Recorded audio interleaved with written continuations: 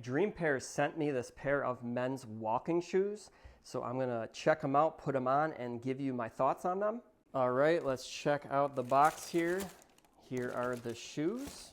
Now these are a little bit different of a design. These are specifically made for walking. The heel of these shoes, it's kind of like a unique design. It's designed to transfer energy as you're walking.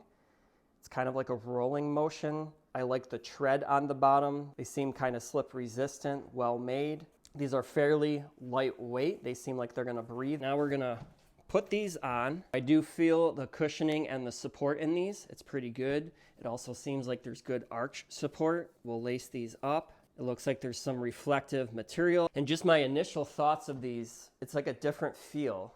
I can definitely feel the way the heel rolls. This is going to give you more support when you're walking.